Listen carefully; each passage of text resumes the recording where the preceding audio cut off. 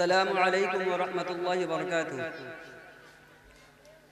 الحمد للہ رب العالمین والصلاة والسلام على سابق الكونین۔ الحمد للہ رب العالمین والصلاة والسلام على آلہ واصحابہ اجمعین، اما بعد فاعوذ باللہ من الشیطان الرجیم، بسم اللہ الرحمن الرحیم۔ أولئك الذين امتحن الله قلوبهم للتقوى لهم مغفرة وأجر عظيم۔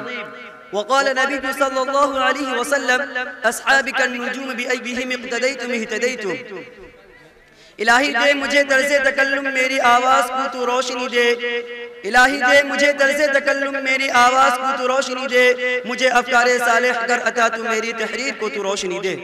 لائق صدر معزز سامعین کرام، آج کے اس باوقار جلسہ میں ان اصحاب خیر کا تذکرہ ہوگا جن کے بارے میں اللہ جل جلالہ وعم نوالہ نے ارشاد فرمایا یہ وہ لوگ ہیں جن کے دلوں کو اللہ پاک نے تقوی کے لیے خاص کر دیا، ان کے لیے مغفرت کا اعلان اور اجر عظیم ہے۔ نیز سرور کائنات صلی اللہ علیہ وسلم نے اپنی پیاری زبان سے فرمایا میرے صحابہ ستاروں کی مانند ہے، جس کی بھی اقتداء کرو گے راستہ پا جاؤ گے۔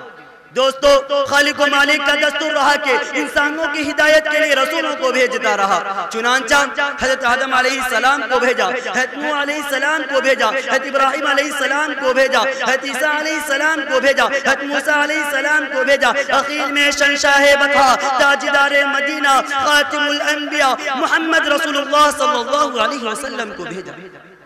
اب نبیوں کا سلسلہ ختم، رسولوں کا سلسلہ ختم، قیامت تک کوئی نبی آنے والا نہیں۔ یہ دین آخری دین ہے، یہ شریعت آخری شریعت ہے، یہ مذہب آخری مذہب ہے۔ یہی وجہ ہے کہ اللہ پاک نے صحابہ کی وہ پاکیزہ اور مقدس جماعت عطا فرمائی جس کی نظیر پیش کرنے سے عالم انسانیت تہی دامن اور خالی ہے، جس نے مذہب اسلام کو زندہ کرنے اور پھیلانے میں تن من دھن کی بازی لگا دی۔ چنانچہ تاریخ شاہد ہے کہ ان سچے جانثاروں نے وہ قربانی پیش کی جس نے مذہب اسلام کو زندہ اور پھیلانے میں تن من دھن کی بازی لگا دی۔ صحابہ کرام کے واجب الاحترام ہے۔ دوستو، محترم حضرات، صحابہ کی جماعت وہ جماعت ہے جس کی نظیر پیش کرنے سے عالم انسانیت تہی دامن اور خالی ہے۔ محترم حضرات، صحابہ کی جماعت وہ جماعت ہے جس کو رب کائنات نے دستگاہ نبوت کے لیے منتخب فرمایا، ہادی اعظم صلی اللہ علیہ وسلم ان کا معلم بنایا اور کتابی ہدایت قرآن پاک عطا فرمائی۔ علام الغیوب نے خود ان کا امتحان لیا۔ یہ مقدس گروا امتحان، صحابہ کا یہ مقدس گروا امتحان میں پورا اترا۔ خداوند قدوس نے انعام میں رضی اللہ عنہم ورضوا عنہ کا مزدہ سنایا۔ حقیقت یہ ہے کہ صحابہ کرام کنتم خیر امت کے بلا واسطہ مخاطب ہے، صحابہ کرام کنتم خیر امت کے بلا واسطہ مخاطب ہے۔ قرآن پاک میں جا بجا اللہ نے ان کی تعریف کی، قرآن پاک میں جا بجا اللہ نے ان کی تعریف فرمائی ہے۔ کہیں فرمایا اولئک هم المفلحون، کہیں فرمایا اولئک هم الراشدون، کہیں فرمایا اولئک هم المفلحون، کہیں فرمایا اولئک هم الفائزون۔ حدیث پاک میں رسول عربی صلی اللہ علیہ وسلم نے ارشاد فرمایا، بخاری شریف کی روایت ہے، اگر تم میں سے کوئی شخص احد پہاڑ کے برابر بھی سونا خرچ کرے تو صحابہ کرام کے ایک پاؤں کے برابر بھی نہیں۔ اللہ اکبر۔ ملت اسلامیہ کے جہالو، صحابہ واجب الاحترام ہے، ان کا تذکرہ اچھائیوں کے ساتھ کرنا لازم اور ضروری ہے۔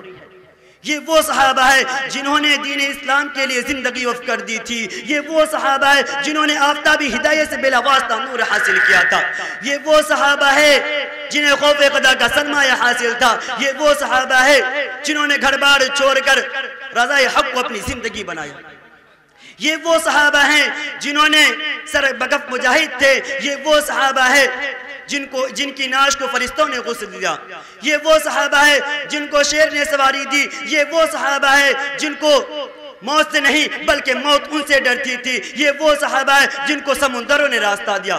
محترم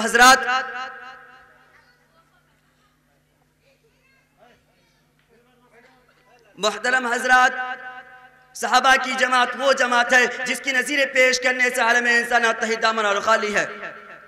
یہی وجہ ہے کہ دربار رسالت سے ان کو اصحاب نجوم کا مزدہ ملا. قرآن نے ان کی تعریف کی، اللہ نے ان کی تعریف کی، رسول نے ان کی تعریف کی. مگر اے مذہب اسلام کے متوالو، آج سے 1400 سال پہلے ہی خاتم الانبیاء محمد رسول اللہ صلی اللہ علیہ وسلم نے فرمایا تھا کہ میری امت 73 فرقوں میں تقسیم ہوگی، ہر فرقہ ناری اور جہنمی ہوگا، مگر ایک فرقہ نجات پانے والا ہوگا. نجات پانے والا وہ فرقہ ہوگا جو میرے اور میرے صحابہ کے نقش قدم پر گامزن ہو. میں انہی چند بات پہ اپنی تقریر کو ختم کرتا ہوں. وآخر دعوانا الحمدللہ رب العالمین.